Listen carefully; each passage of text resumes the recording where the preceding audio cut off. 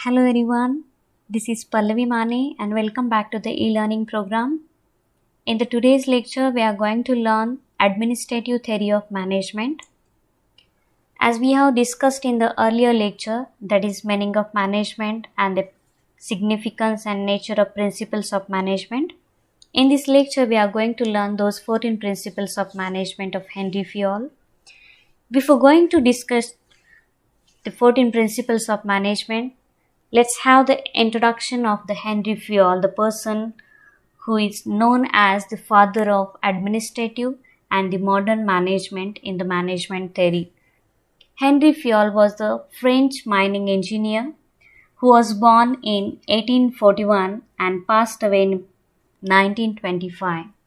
He was very known and the leading industrialist as well as a successful manager who wrote General and the Industrial Administration book.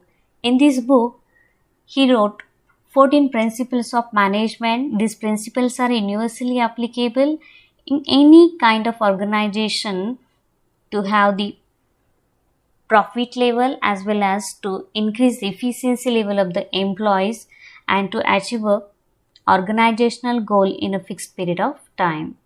That's why this successful and the leading industrialist and the successful manager in known as the father of administrative and the modern management. Let's have the look on 14 principles of management. One by one, we are going to read the 14 principles of management and then we'll have the explanation of each principle. The first is division of work. Second, authority and responsibility. Third, discipline. Fourth, unity of command. Fifth, unity of direction. Sixth, subordination of individual interest to the general interest. Seventh, remuneration. Eighth, centralization. Ninth, scalar chain. 10th, order. 11th, equity. 12th, initiative. 13th, stability of tenure of personnel, and the last one, 14th, esprit de corps. Let's have the explanation of the 14 principles one by one. The first principle is division of work. With the help of this picture, you can understand there are number of groups who are working, who are engaged in particular work. According to this principle, the work is distributed among employees as per their capabilities, skill and interest. Just understand that why it is important to divide a particular task among the group. Because we know that as a human being, we carry different kind of features and special things with our personalities. That's why if a task is distributed as per the interest, capability and skill of the employees, they can give 100% and they can give their best.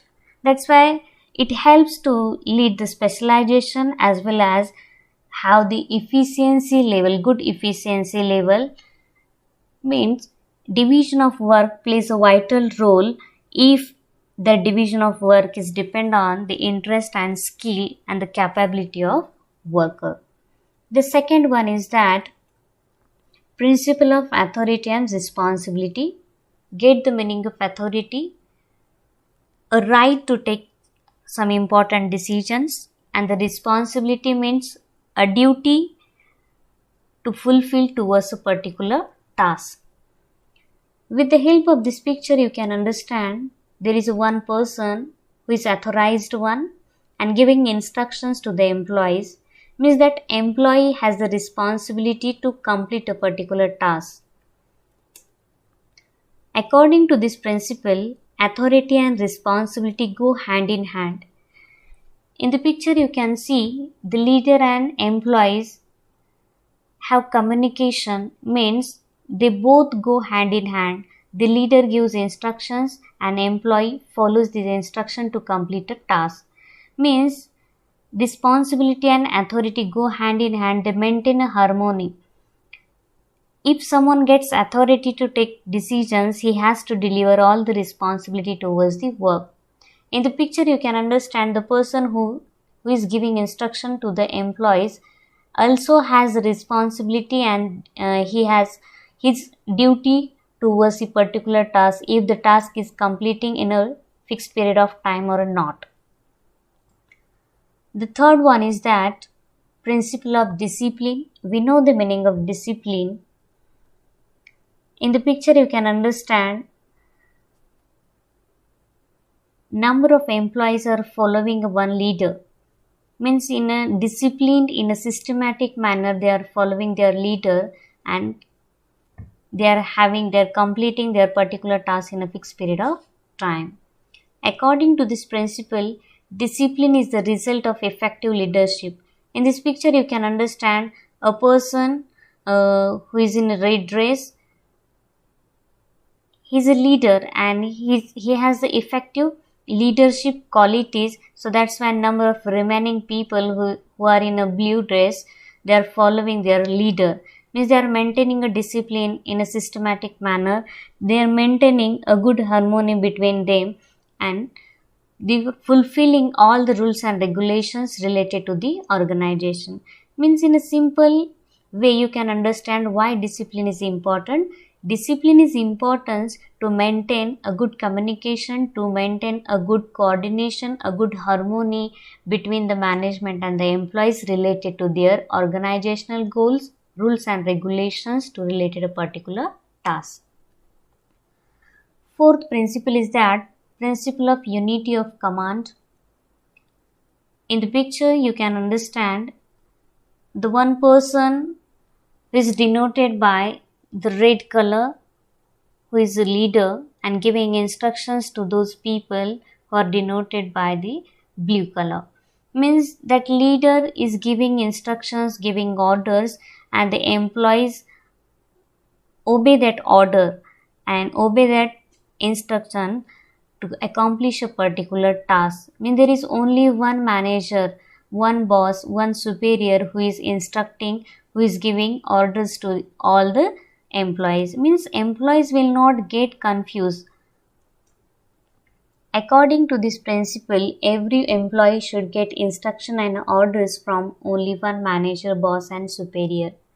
It's an easy point where we can understand if person is getting lot of instructions and the orders from number of managers, number of bosses, number of superiors, it's very difficult to get the clarity in this instruction.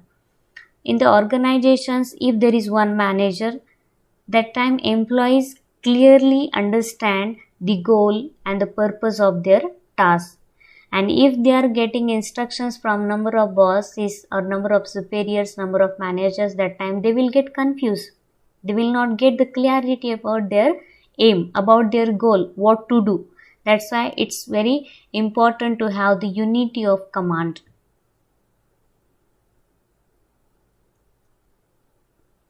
The fifth one is principle of direction.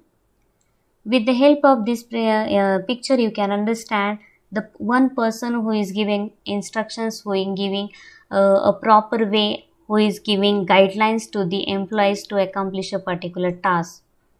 According to this principle, there should be only one head and one plan. Understand that one head and one plan means what? In the earlier point we have discussed, if there is one boss, employees will get that instructions very clearly and they find the clarity in plan.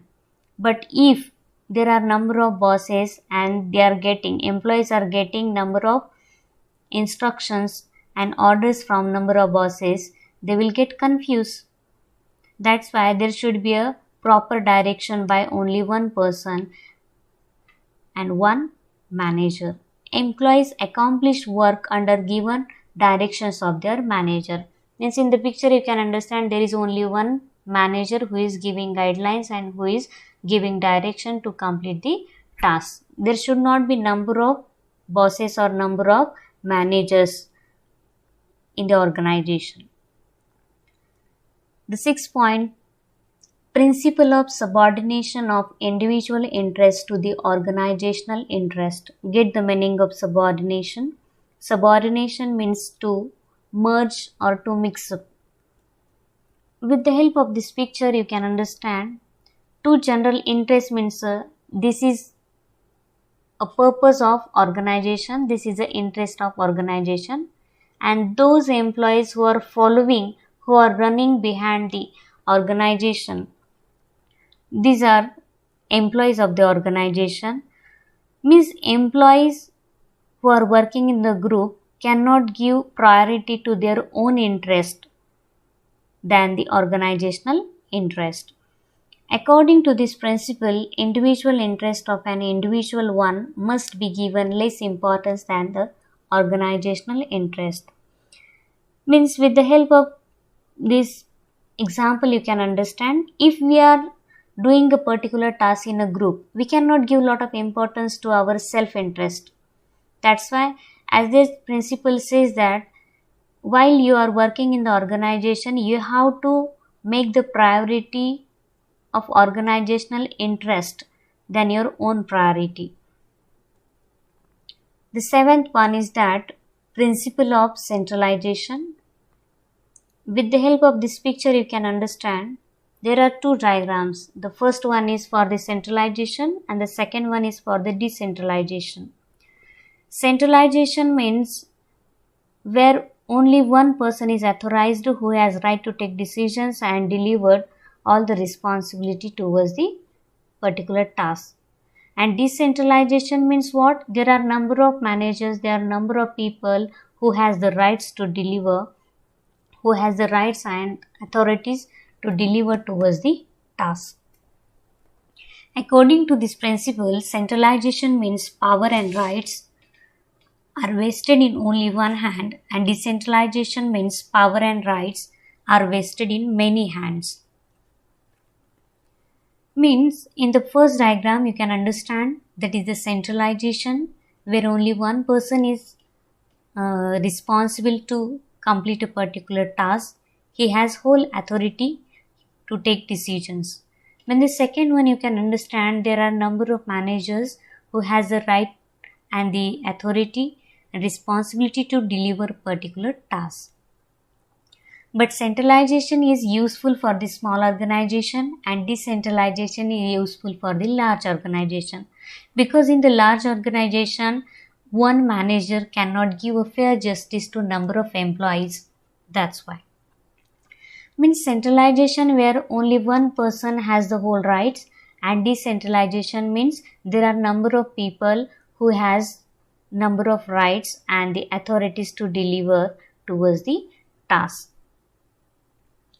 With the help of these principles, we have understood what they say and why these principles are important and why they are followed and practiced in every kind of organizations.